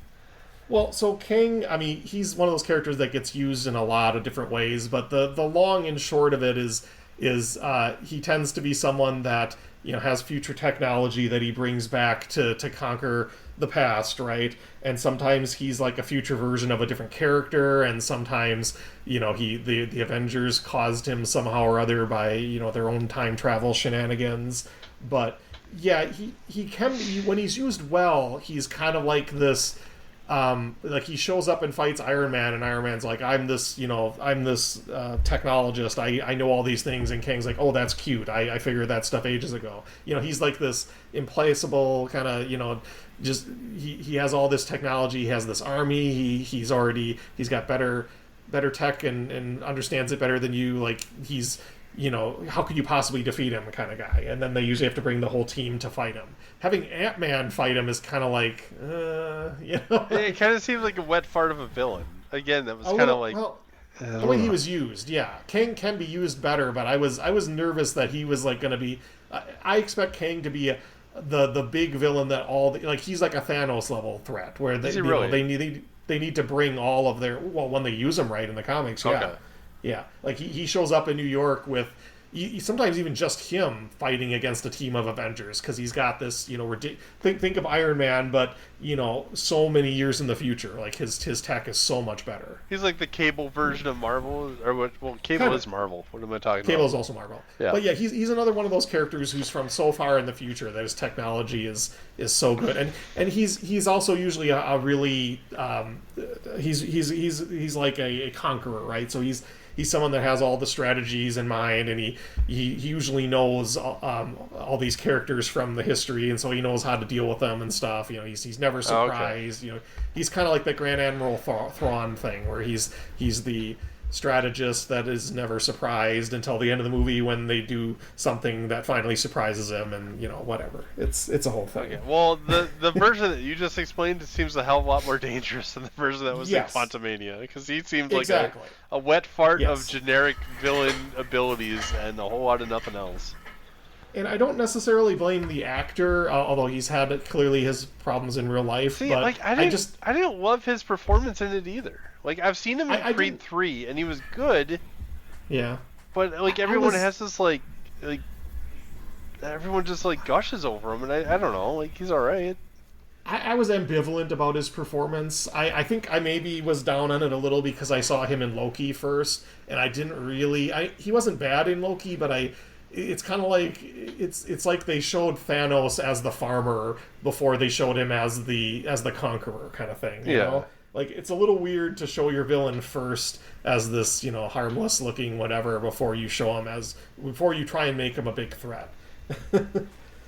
And so I think they've kind of pivoted, and they might not be using Kang much for the rest of the movies, which is kind of weird because I thought they were trying to make him the next big Thanos, and I don't think that's going to happen. Yeah. Yeah. Like I don't even know what other Marvel movies are coming out soon. Like I don't know. I'm kind of over it a little bit, but I'm just not really closely paying attention anymore. Like I know there's other stuff coming out. Like we could talk later if you have a chance to see the new Spider-Man Spider-Verse movie. I wasn't a huge fan. They have the Marvels is coming out, and feels like that's been delayed forever. I'm skipping that one, brother. I'm not in a rush for that. I watched there's 10 minutes of the new series that they had, Secret Invasion. Yeah, I didn't rush to see that. There's a new Blade thing coming out. Who knows if that's going to be any good? Yeah, they're doing a Blade reboot with Wesley Snipes or somebody else.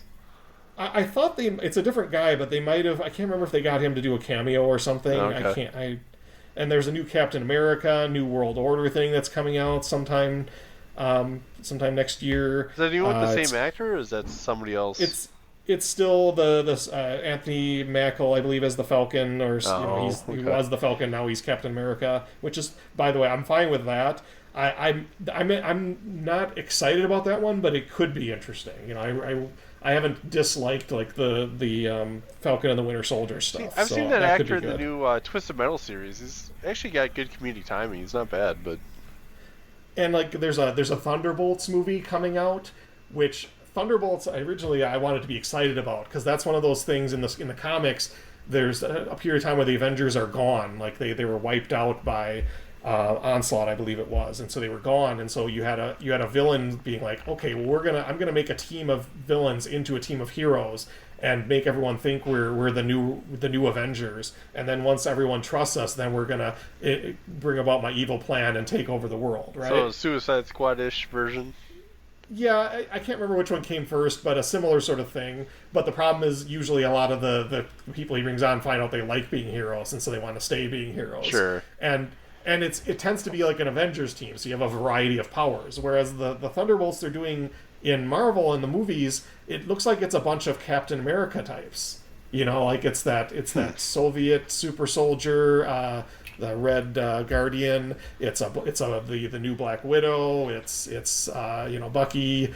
It's Echo, a Taskmaster, whatever. I think it was Taskmaster. It's a bunch of people that are more. People that have been in movies somewhat recently. Yeah, but they're all like Captain America level threats mostly. And so it's like, well, that's fine for a team, but that doesn't really strike me as a Thunderbolts team or as an Avengers level team. And so I'm not Avengers level. I mean, Captain America is probably one of the weakest members, really. I mean, he is. He's a piece. He's the glue that holds the team together in some ways, but he's not the powerhouse of the team. He's the leader, but. So I mean, it could be interesting in a certain context if it's more of like a Civil War II kind of thing. But I was hoping for Thunderbolts to be a little more grand, I guess. So I'm not saying it's going to be terrible. I'm just not super excited yet. We'll see what they do with it. But yeah, I don't know. Like I think the other one we were talking about before this was Wakanda Forever. Yes. I kind of watched that and Quantumanium back to back because I hadn't seen Marvel movies in a long time. Man, I don't know this. I mean, I get it.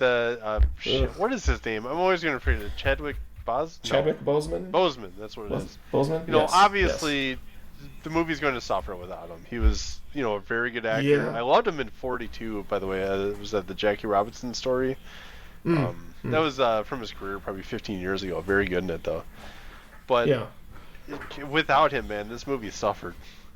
Honestly, the part of it that was in Wakanda was fine. I mean, it was. I think that it was a challenging decision they made about whether to include all the stuff about him or whether to skip past it. And I think they were trying to maybe honor his legacy a little more. You could debate on how well that worked, that part didn't really bother me. What bothered me is everything with Namor.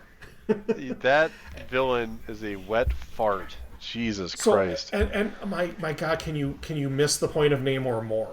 Like, there was one thing when they decided to change his look and give him this interesting, weird Mayan look. I wasn't a fan of it, but whatever. I could get over that. But they completely missed the point of the character. Like, Namor is the king of Atlantis. He is like he's like the ultimate, like, I am God's gift to women kind of character. Like, I am arrogant beyond all realistic, beyond all realism.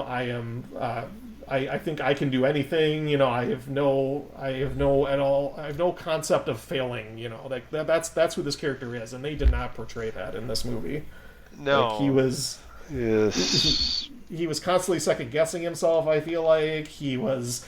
He when Namor shows up, he just like shows up and yells Imperious Rex and punches the Hulk, and then just stands there looking badass. That's what he does. Like, he's one of the few guys that literally straight up fights with the Hulk and doesn't think twice about it. Like, that's who Namor should be. And he just, I actually was excited to see Namor and the Black Panther or others in Wakanda fighting, but they just didn't make it interesting for me at all. Yeah, I hated this character. I really didn't like.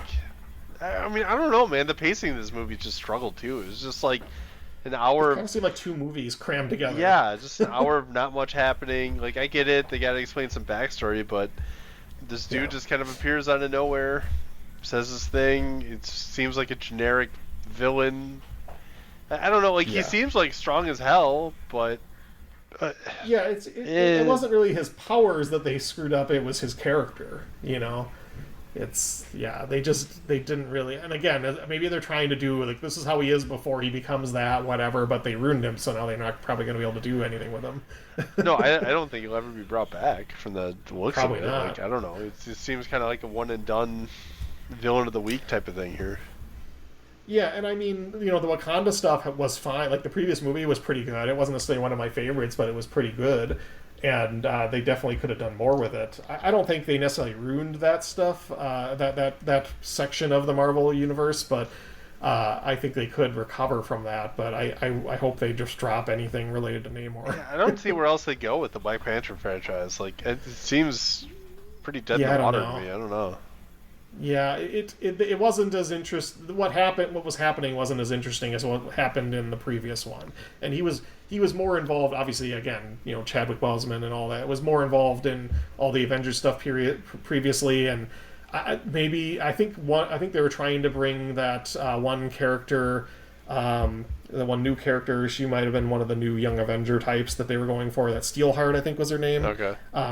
I think they were vaguely planning on doing some kind of Young Avengers, and so they've been setting up all these, new young characters that are going to be on that team. I don't know if that's going to happen or not, but I wouldn't hold my breath. But none of it really excites me at this point. Yeah. Yeah, I don't know. That one also had my pet peeve of Black Panthers in battle, and it just has to lift that mask to talk to somebody for some reason.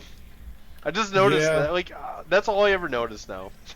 It just pisses me off, but.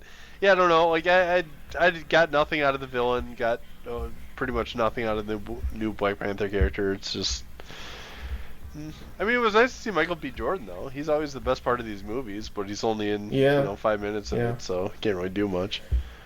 Yeah, I can't believe they screwed up Namor so badly.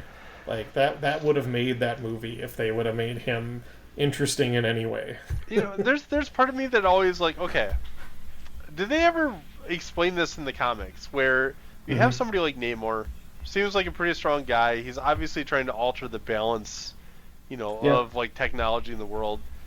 Where the hell are the Avengers during this? Like, I realize it's not an Avengers movie, but wouldn't you just think that like Iron Man would come out and just try to just nuke this guy away? Like, oh yeah, I mean, there's been some great fights between them in the comics. Like, there was a great fight where, because Tony Stark has the same problem where he thinks he's the shit, right? Yeah. And so he's like, I'm gonna stop you, Namor. And it's like, if you can keep him above water, you have a chance. And then at one point, Namor like punches him into the water, and like it's over. Like the only question is if are you going to drown underwater, or are you going to somehow escape?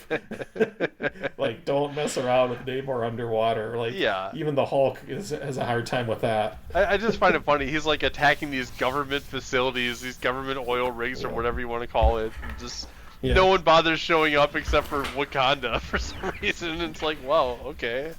I mean, I get it, vibranium and all that, but like, you think that there would be more superheroes somewhere involved in this, but yeah, that can be a struggle. Yeah, I don't know.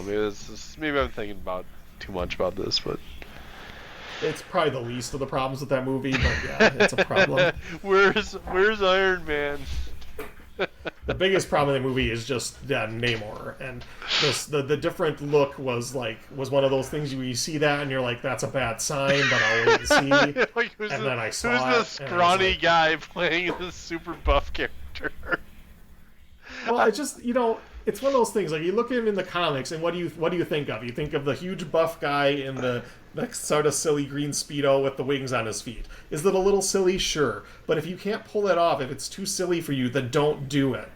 You know? He looks pretty cool. I'm actually looking at the comic pictures right now. Like, looks pretty badass, Well, and there's some newer versions of him where he's got this cool black leather outfit and some other things. They've done different versions of him. If you think the original is too silly, whatever. But the version they did there, I guess they're trying to pull in more, more different cultures or different, something that looks like a different culture that maybe isn't represented as much. And I don't have a problem with that. But again, if they had pulled off his character, then I would have ignored all that. But because, they couldn't get the character right, then it makes it all the worse. Yeah, I mean, I don't know. It does kind of bother me when somebody is like so gigantically buff in the comics, and then you just like, I don't know, this guy just looks like he runs a lot. Yeah, looks like he's in shape, I guess, but like, I don't know. I mean, Namor is one of the, he usually doesn't look as big as the Hulk, and he still is punching him out. Yeah. His level, strength level isn't entirely contingent on how big his muscles look, but yeah, he could have still looked a little bigger. Yeah, maybe lift some weights or something, bruh. But yeah, I don't know. That's it for Marvel for me. We'll see. Maybe I'll watch that new Spider-Man and see if I like it. I know you hated it, but yeah, to me it was a big disappointment, and I was somewhat excited for it, and yeah. I'll send you a text when I finally get around to watching it. I gotta wait till the wife is back because I know she wants to catch it with me. So. Yep. Awesome. I think that's about everything I had to go over. Yeah, we'll have to think about what we want to do for the next one, Dave, and we'll hit back. Like, part of me wants to play some terrible shit, Dave, but the other part of me always wants to play more RPGs. Yeah. And there's a big, vast valley between them. So I guess we'll find out. But yeah, thanks for sticking with us, guys. We'll record more remote or in person. We'll figure it out. But hopefully this audio sounds all right, and we'll just kind of go with it.